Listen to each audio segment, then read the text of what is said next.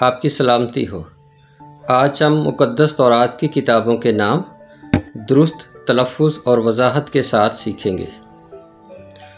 تورات یا توریت عبرانی لفظ تورا کی عربی شکل ہے۔ تورا کا مطلب ہے ہدایت، رہنمائی، تعلیم، قانون، شریعت، دستور العمل۔ تورا یا تورات 5 کتابوں پر مشتمل ہے جنہیں اسفار خمسہ بھی کہتے ہیں۔ پہلی کتاب کا نام ہے پیدائش۔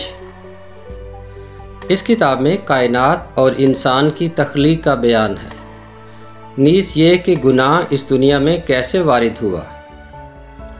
پیدائش اصل میں فارسی املا ہے اور پیدائش یعنی حمزہ کے ساتھ اردو املا ہے۔ ترجمہ کاروں نے اصل املا کو قائم رکھا اور یہ شین لکھا۔ جب اصل املا ہے تو پھر اس کا تلفظ ہوگا پیدائش۔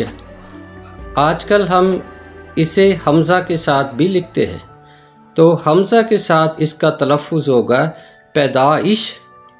بائبل میں اور الفاظ بھی اصل املا کے ساتھ لکھے ہوئے ہیں، جیسے کہ آرائش، آزمائش، ستائش، نمائش، پیمائش وغیرہ۔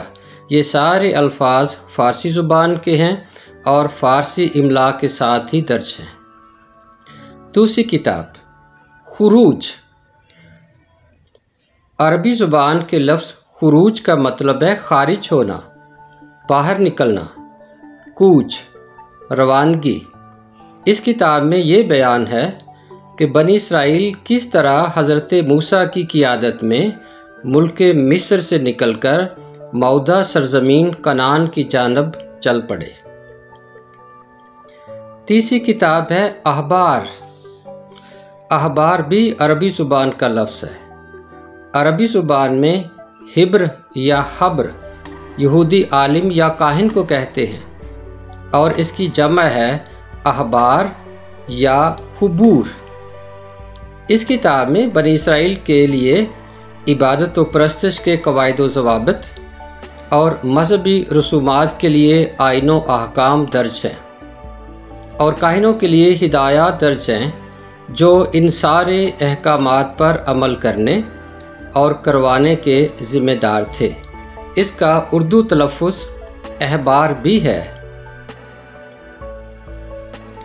اگلی کتاب ہے گنتی۔ گنتی ہندی زبان کا لفظ ہے اور اس کا مطلب ہے گننا، شمار کرنا۔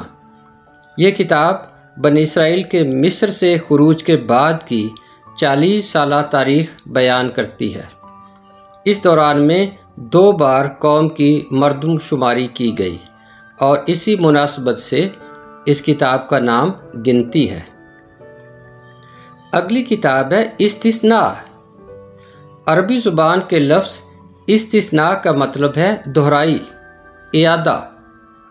اس کتاب میں احبار یا شریعت کی دہرائی کی گئی ہے، سوائے چند ایک نئے قوانین کے، اس لیے اس کا نام استثناء ہے۔